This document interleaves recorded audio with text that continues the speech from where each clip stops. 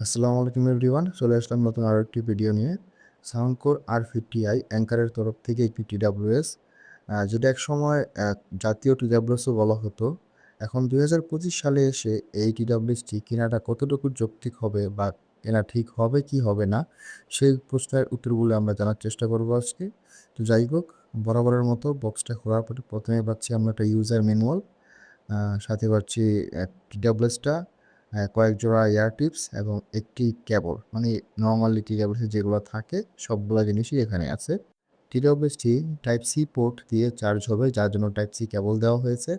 আর যখন এই সম্পূর্ণ র্যাপিং থেকে আমরা টিডাব্লিউএসটা করব, তো টিডাব্লিউএস এর বক্সের পিছনে মানে কেসের পিছনে এই টিডাব্লিউএস এর যাবতীয় ইনফরমেশন সব কিছু দেওয়া আছে।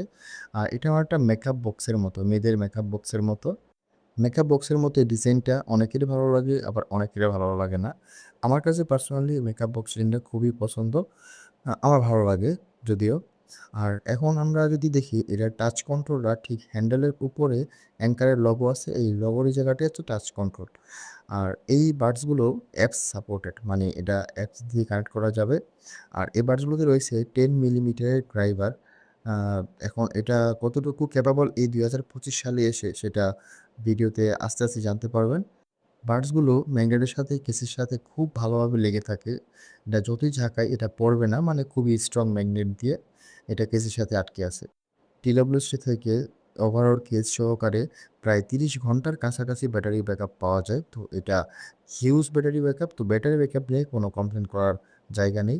অ্যাঙ্কার তাদের প্রোডাক্টের সাথে 18 মাসের অফিসিয়াল ওয়ারেন্টি দিয়ে থাকে, যেটাও কিনা হিউজ।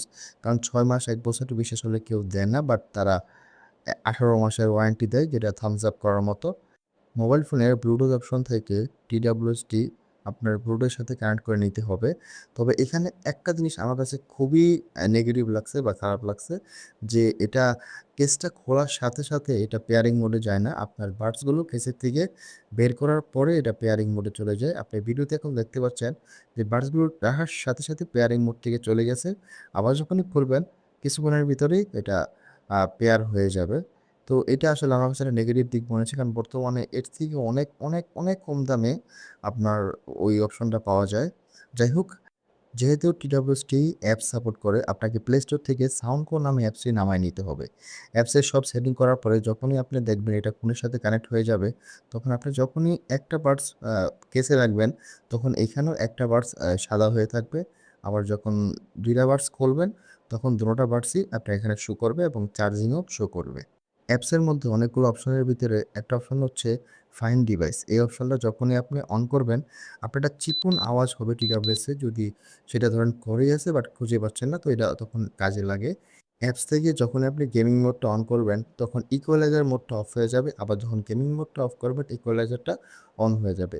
আর এখানে কন্ট্রোল সেন্টারে যে আপনাকে লেফট এবং রাইট, মানে দুইটা দুইটা বাটসেরই আপনার যেভাবে ভালো লাগে আপনি সেভাবে সেটিং করতে পারবেন আপনার নিজের মন মতো করে। এটা অ্যাপস যখন ইউজ করবেন আপনারা নিজে নিজেই এটা বুঝতে পারবেন। ইকুয়ালাইজ মোডটাতে যখন আপনি যাবেন, দেখবেন হিউজ অ্যামাউন্টের ইকুয়ালাইজার প্রিসেট করে দেওয়া আছে। আপনি আপনার নিজের সুবিধা অনুযায়ী আপনার মন মতো প্রিসেট করে নিবেন, যেটা ভালো লাগবে। এখন যদি এই টিডাব্লিউএস এর সাউন্ড কোয়ালিটি নিয়ে কথা বলি, তাহলে আমি বলবো এটার সাউন্ড কোয়ালিটি একদমই ডিসেন্ট লেভেলের ছিল, এক্সট্রা অর্ডিনারি কিছুই না। কারণ এটার যেহেতু 10 মিলিমিটার ড্রাইভার সাইজটা কিছুটা ছোট, এর থেকে অনেক কম দামে এর থেকে ভালো ড্রাইভার বর্তমানে পাওয়া যায়। তো সেই জায়গা থেকে আমি বলবো যে এটা একটু ডাউনগ্রেড। তবে হ্যাঁ, এটার সাউন্ড কোয়ালিটি ক্রিস্টাল ক্লিয়ার ছিল, মানে যতটুকু সাউন্ড ছিল একদম ক্লিয়ার ছিল, শুনতে ভালো লাগতেছিল, কোনো বিরক্ত ফিল হচ্ছিল না। আবার যেহেতু অ্যাপস থেকে কাস্টমাইজ করার অপশন আছে অডিও এক্সপেরিয়েন্সটাকে, তো সেক্ষেত্রে আপনি আপনার মন মতো করে নিলে আপনি হয়তো অবশ্যই স্যাটিসফাইড থাকবেন। আপনারা এখন যে ভয়েসটা শুনতে পাচ্ছেন সেটা সরাসরি সাউন্ডকোর R50i এই টিডাব্লিউএস এর ম্যাকটি থেকে রেকর্ড করা হচ্ছে। আমি আমার আরেকটা ফোনে কল দিছি, সেই ফোনে মেনলি রেকর্ডটা হচ্ছে। তো আপনারা এখন আমার ফোন ঘরে এখন কোনো ফ্যান বা কোনো এক্সট্রা নয়েজ নেই, একদম সাইলেন্ট রুমে আমি রেকর্ডটা করতেছি। তো আমি এখন ঘরের ভিতরে ফ্যানটা চালু করব, দেখি ফ্যান চালু করার পরে ভয়েসে কতটুকু ইমপ্রুভমেন্ট বা কতটুকু ডিক্রিজ হয় ভয়েসটা। আর এখন আপনারা ভয়েস শুনতে পাচ্ছেন আমার ঘরে ফ্যান চালু করা, মানে প্রচুর পরিমাণে ফ্যানের থেকে আওয়াজ হচ্ছে।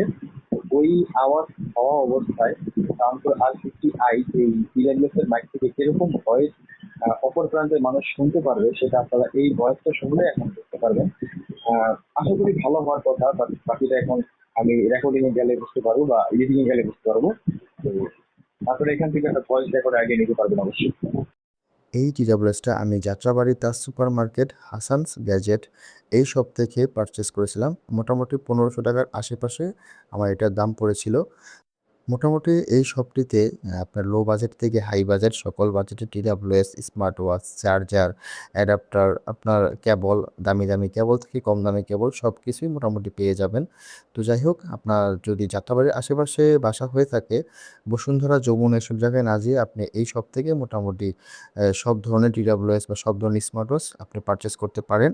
আপনার বাজেট যদি 1500 টাকার আশেপাশে হয়ে থাকে, তাহলে আপনি নিঃসন্দেহে এই TWSটি পারচেস করতে পারেন।